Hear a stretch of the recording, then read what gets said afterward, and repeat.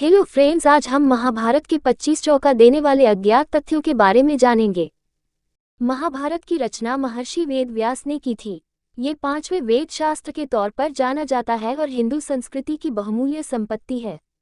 इसी महाकाव्य से भगवद गीता का उद्भव हुआ है। भगवद गीता में कुल 1,00,000 श्लोक हैं और इसलिए इसे शतसहस्र संहिता भी कहा जाता है। महाभारत की रचना महर्षि वेद व्यास ने की थी। ये 5वें वेद शास्त्र के तौर पर जाना जाता है और हिंदू संस्कृति की बहुमूल्य संपत्ति है। इसी महाकाव्य से भगवद गीता का उद्गम हुआ है। भगवद गीता में कुल 1,00,000 श्लोक हैं और इसलिए इसे शतसहस्त्री संहिता भी कहा जाता है। हम सभी महाभारत में पांडु के 5 पुत्रों और धृतराष्ट्र के 100 पुत्रों के बीच की शत्रुता के बारे में जानते हैं। उनके बीच की इस शत्रुता ने चौसक के खेल में महत्वपूर्ण भूमिका निभाई थी और इसके परिणामस्वरूप ही पांडव कौरवों से अपना राज्य एवं पत्नी द्रौपदी दोनों को हार गए थे।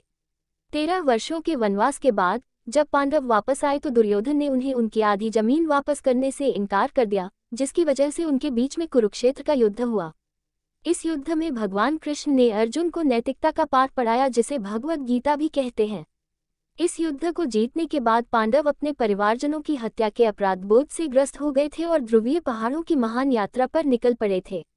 इस यात्रा के दौरान स्वर्ग का द्वार बनाने वाले युधिष्ठिर का देहांत हो गया था।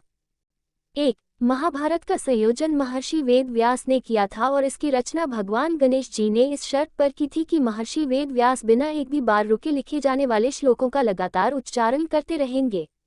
फिर वेद व्यास ने भी एक शर्त रखी कि वे श्लोकों का अर्थ समझने के साथ ही उसका उच्चारण करेंगे, लेकिन गणेश उन्हें अपने दिमाग में व्याख्या किए बिना नहीं लिखेंगे। इसलिए इस तरीके से पूरे महाकाव्य में कभी कभी वेद व्यास कठिन श्लोकों का उच्चारण करते, जिसे समझने में गणेश को वक्त लग जाता और उसी समय वेद व्यास थोड़ा विश्राम कर लेते थे।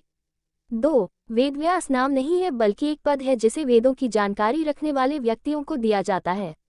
कृष्ण द्विपायन से पहले 27 वेदव्यास थे और कृष्ण द्विपायन 28वें वेदव्यास हुए। भगवान कृष्ण के रंग जैसे श्याम वर्ण और द्वीप पर जन्म लेने की वजह से उन्हें ये नाम दिया गया था। 3. अजीब लेकिन सच है कि व्याद गीता, अष्टावक्र गीता, पराशर गीता आदि जैसी 10 अन्य गीताएं भी हैं। हालांकि श्री भगवद गीता भगवान कृष्ण द्वारा दी गई जानकारी वाली शुद्ध और पूर्ण गीता है। 4. वैशंपायन वेद व्यास के शिष्य ने राजा जन्मेजय के दरबार में पहली बार महाभारत का पाठ किया था। जन्मेजय अभिमन्यु के पौत्र और परीक्षित के पुत्र थे। अपने पिता की मृत्यु का बदला लेने के लिए उन्होंने कई सर्पयज्ञ सांपों की आहुति किए थे। 5. शांतनु भीष्म पितामह के पिता थे। इनका विवाह गंगा से हुआ था। अपने अगले जन्म में शांतनु राजा महाभिष थे। वे ब्रह्मा की सेवा करने गए, जहां उन्होंने गंगा को देखा और उनकी तरफ आकर्षित हो गए। इसी बीच ब्रह्मा ने उन्हें श्राप दे दिया और नरक में जाने को कहा, जिसकी वजह से अपने अगले जन्म में वे राजा प्रतीप के पुत्र शांतनु के रूप में पृथ्वी पर आए और गंगा से विवाह किया। लेकिन गंगा ने शांतनु से वचन लिया कि वे कभी भी उनसे कोई भी प्रश्न नहीं पूछेंगे। शांतनु इस बात पर सहमत हो गए। उन्हें 8 बच्चे हुए और पहले 7 बच्चों को गंगा ने नदी में डुबा दिया। उन्होंने कभी कोई प्रश्न नहीं पूछा, लेकिन जब गंगा अपने 8वें बच्चे को डुबो रही थी, वे क्रोध से भर उठे और गंगा से इसकी वजह पूछी। तब गंगा ने उनसे उनके पिछले जन्म और भगवान ब्रह्मा के श्राप के बारे में बताया। इसके बाद वह उनके 8वें बच्चे के साथ चली गई। 6. धर्म ग्रंथों के अनुसार 33 मुख्य भगवान हैं और उनमें से एक है अष्टवसु, जिनका जन्म शांतनु और गंगा के पुत्र के रूप में हुआ था। उनकी 8वीं संतान भीष्म थी। 7. शांतनु का दूसरा विवाह निषाद की पुत्री सत्यवती से हुआ और उससे उनके 2 बच्चे चित्रांगद और विचित्रवीर्य हुए। एक युद्ध में चित्रांगद की मृत्यु हो गई और विचित्रवीर्य राजा बने, जिसने काशी की राजकुमारी अंबिका और अंबालिका से विवाह किया। 8. महाभारत में विदुर यमराज के अवतार थे। ये धर्म शास्त्र और अर्थशास्त्र के महान ज्ञाता थे। ऋषि मंदव्य के श्राप की वजह से उन्हें मनुष्य योनि में जन्म लेना पड़ा था। 9. कुंती ने अपने बचपन में ऋषि दुर्वासा की सेवा की थी।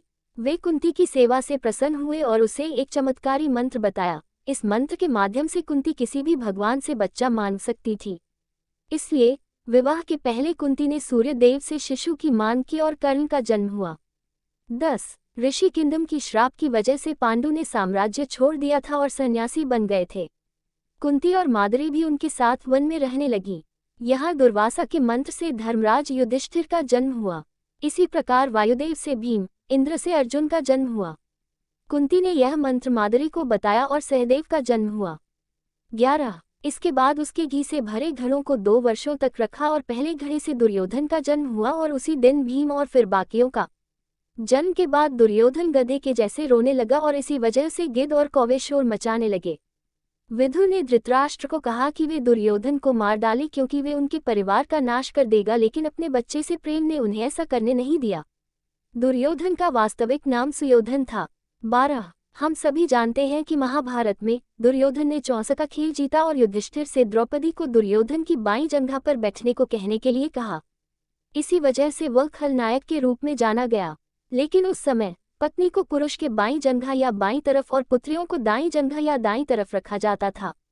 13 आमतौर पर लोग 6 पक्षीय पासे के बारे में जानते हैं। अजीब बात यह है कि जिस पासे से शकुनी ने पांडवों को चौसा के खेल में हराया था, उसके 4 ही पक्ष थे और वे पासे किस चीज से बने थे, इसके बारे में किसी को पता नहीं था। 14 कहा जाता है कि महाभारत धर्म के बारे में शिक्षा देता है और कई लोग इसे सत्य और झूठ से जोड़कर भी देखते हैं, लेकिन महाभारत में कहीं भी किसी भी उदाहरण में सत्य या झूठ को परिभाषित नहीं किया गया है। महाभारत का प्रत्येक कार्य उसके पात्रों की वर्तमान स्थिति पर निर्भर करता है।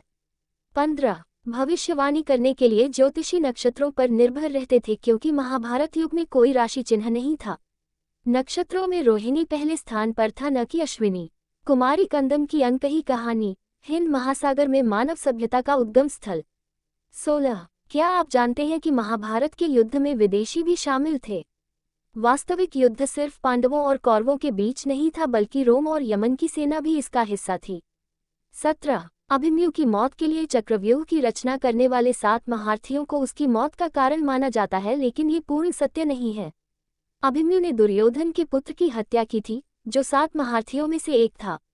इसी बात से नाराज होकर दुशासन ने अभिमन्यु का वध कर दिया था। 18 क्या आप जानते हैं कि इंद्रलोक की अप्सरा उर्वशी ने अर्जुन को श्राप दिया था, क्योंकि वह उर्वशी को मां कहकर बुला रहा था, जिस पर उर्वशी को गुस्सा आया और उसे श्राप दिया कि वह एक हिजड़ा बन जाएगा।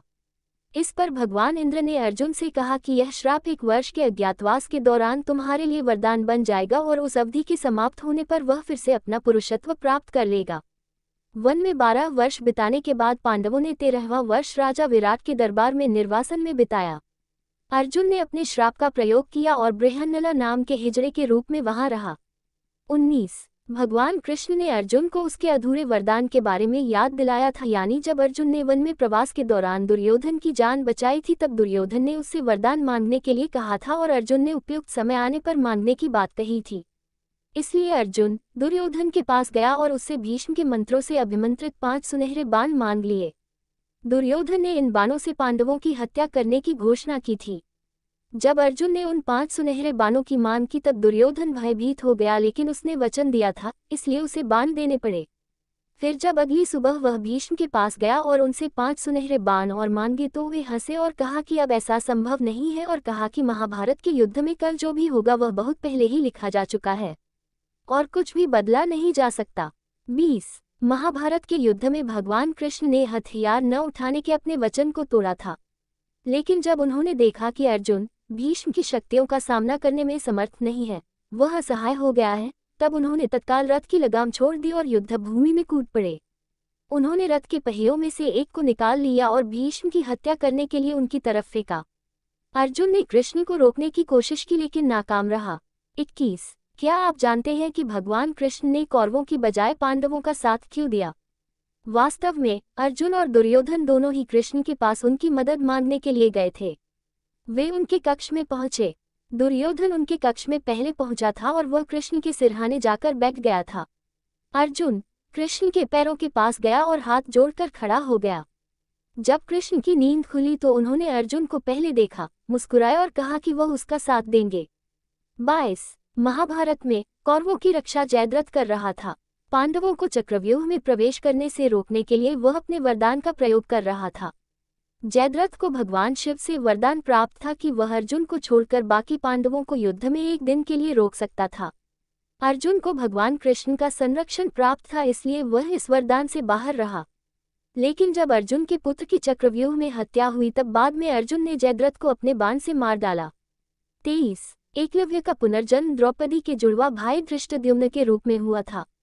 रुक्मिणी के अपहरण के दौरान कृष्ण ने उन्हें मार डाला था, इसलिए गुरु दक्षिणा के तौर पर कृष्ण ने उन्हें पुनर्जन्म लेने और द्रोणा से बदला पूरा करने का वरदान दिया था। 24 दुर्योधन ने भगवद गीता सुनने से यह कहकर मना कर दिया था कि वह सही और गलत के बारे में जानता है। उसने ये भी कहा कि कुछ शक्तियां हैं जो उसे सही मार्ग चुनने नहीं दे रही। अगर उसने कृष्ण की बातें सुनी होती तो युद्ध टाला जा सकता था।